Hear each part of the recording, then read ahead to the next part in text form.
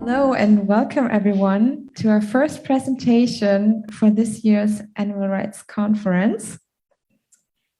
So our next speaker is Robert Porzel from Germany.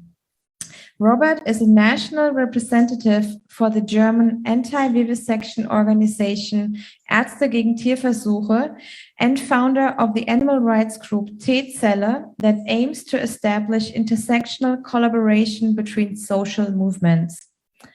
Apart from his activism, he is a lecturer and researcher in the field of artificial intelligence at the University of Bremen. In his presentation today, Robert will show an example where the goals of the animal rights movement benefit human rights and how this could be used by us for our animal rights work. So please welcome Robert Porzel.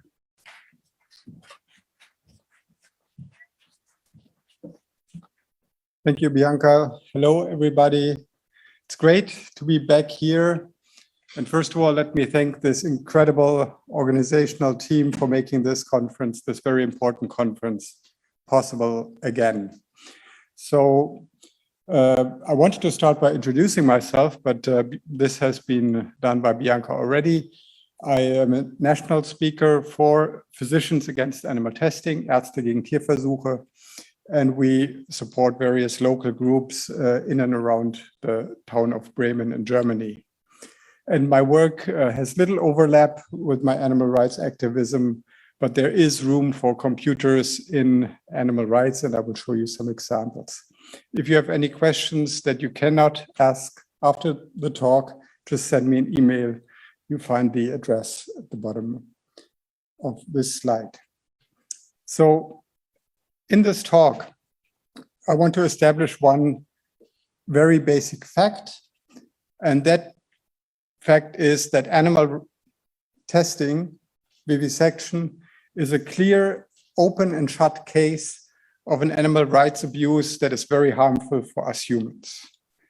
However, this raises some interesting questions. But we'll talk about this in the second part of the talk when we discuss the non-contingency of animal rights, or putting ethics back on the table. So some of you may not be aware of this, but we're actually facing stagnation in pharmaceutical research. As you can see here plotted, the height of those little blue dots is the effect a new substance, a new drug has over the placebo effect. And as you can see, this line is going steadily downwards, verging on them becoming identical in the near future. So bear in mind, this concerns drugs. Vaccines that prevent a disease are different from drugs that are supposed to cure a disease. So why are we facing this stagnation? Why aren't we finding new substances that might be helpful to cure diseases? So one of the answers that I'm going to give you now is one of the reasons is simply bad science, because animal testing does not work, has never worked, and will never work. As a matter of fact, 48,000 cases of death, this is the cause number 4 in the frequency list of Germany, occur due to the side effects of drugs. So it's actually not a small number, it's quite a big number. And of all of these new substances, new drugs that are supposed to come into the market, they have to be tested on 2 animal species before going into clinical trials. If a drug passes through these animal tests, it will then go through the clinical phase 1, 2, and 3 with increasing number of human subjects, first healthy, then sick. Now, of the whole number of drugs that pass through the animal testing stage, 95.4% do not make it through the clinical trials. And of those 4.6% that make it through both, about half is then removed later from the market or gets extreme warning labels because they have side effects. So we're really left with 2.4% of all of these substances that perfectly passed the animal testing stage that become introduced to the market as human medicine.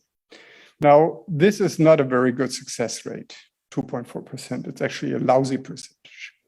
And some people have calculated that if you use a dartboard and you just throw darts randomly, you might get a better success rate than with animal testing. And I want to look at one case in particular because of Corona. I brought this article that in the beginning said, hey, how great is it that we can use ferrets to fight against Corona and use them for animal testing. And the reason is given on the bottom of this picture. I've translated it for you. It says ferrets are, for many respiratory diseases, a pretty good model for humans. So this statement raises two questions. What's the meaning of many respiratory diseases? And what exactly is pretty good in this case?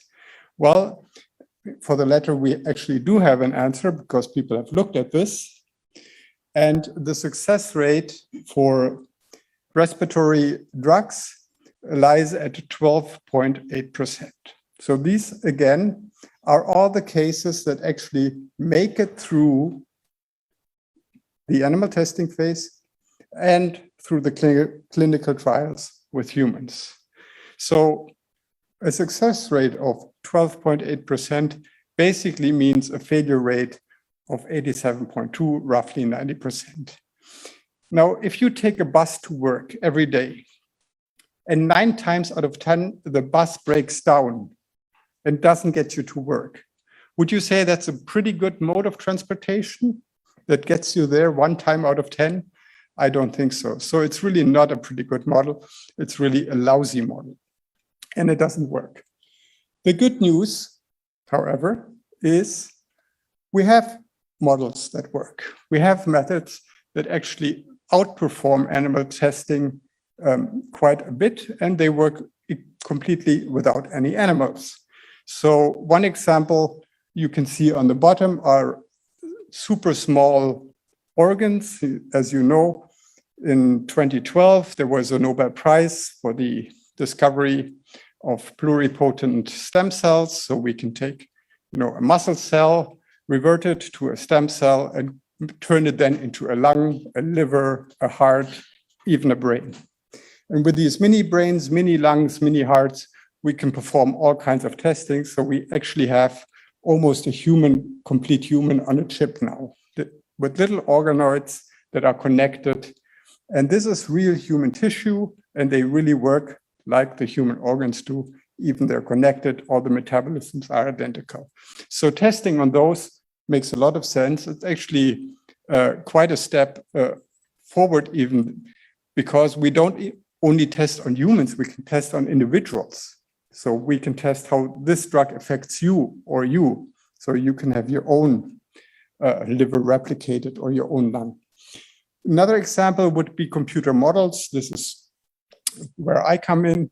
So you can, for example, this is the work of Thomas Hartung. He trained a database with 10 million compounds, which we know in terms of their toxicological effect. So how do they affect the human body? Do they attack the liver? Are they harmful for the heart, for the lungs? And he trained this model on existing research. And now you can take a new substance, a completely unknown drug, and you compare the structural properties of these molecules against what we know from the structural properties of all the other molecules, i.e. 10 million compounds that we know, and you make a prediction. Will this hurt the liver? Will this affect the heart in any way? And this completely outperforms all the animal toxicological tests that are still required by law in many European countries. Actually, all of them. So the good news is we have completely animal-free methods. They work, and animal testing is clearly harmful for humans and for medical development. To conclude the corona portion, here you can see a schematic of one of these human lung organoids. And as you can see, they really have everything you need. They have both type 1 and type 2 pneumocytic cells. This is the number 2 one, where you can see this little red dot is actually where the ACE2 receptor docks. So this is where the coronavirus enters the human lung. And this is an ideal test system for all kinds of drugs. And as a matter of fact, these ACE2 receptors were completely different and function completely different in other animals, in non-human animals. So it really is clear that we can draw a first conclusion that not only does animal testing thwart human medical progress, it also diverges a lot of resources from good research and maybe even disease prevention. So in, for example, the case of cancer, 80% of all cases could be prevented. They're based on lifestyle choices, and 80% is not a small number. It also, of course, tortures and kills millions of non-human animals, and it contributes, as I've shown, to the deaths of thousands of humans. So a clear case, it doesn't work. It's a method based on the idea of a physician in the year 1850. He said, well, let's take animals as a model for humans, test on animals, and apply the findings to human animals. And maybe he didn't know better, but we do know now that we are not 70 kilo mice. We're really a different species. And we now know that if you test something on one species of mice, you cannot even transfer this to another species of mice. So this was the case for many pesticides, where one type of mice showed cancer reactions and the other type of mice did not show cancer reactions. So results are not transferable across the species divide, and certainly not for humans. So the idea was bad. The scientific method doesn't work. It's bad science, and it's really harmful. Now you can already feel it in the air. Now comes a but. But let's assume, or let's pretend for a second, that it would work and that we could transfer the results to humans. Would this justify that we perform these extremely cruel experiments? Is it, and you probably can guess, spoiler alert, the answer is going to be no. So I do not think so. And we can find tons of examples where our exploitation of animals is actually harmful for our own species. So we know eating animals is bad for our health and for our psyche. This, interestingly enough, was already predicted in 1793 by Immanuel Kant, who presumed that the violent and cruel treatment of animals would blunt our empathy and by extinguish it. And I think this is something we can see in society almost every day, that it's also harmful for our empathy. And we also know that livestock farming is a major contributor towards climate change, towards pollution, and quite recently we've seen also zoonotic diseases. So many examples why our exploitation of animals are really bad for our own well-being. Nevertheless, you can ask the same question again. Let's assume meat and dairy would be healthy. Let's assume livestock farming would reduce by some miracle climate change. Would that imply that it's okay to eat and to cage non-human animals? And again, my answer will be no. And this is what I mean by the non-contingency of animal rights. So the rights of animals are not contingent on them being suitable for medical testing. Their rights are not contingent on them being delicious or even whatever protein sources for humans. And Tom Regan states this very eloquently, that all individuals that are subject to a life, like humans, like mice, like pigs, have inherent value and the right not to be treated as a means by others. And this, of course, includes the right not to be harmed.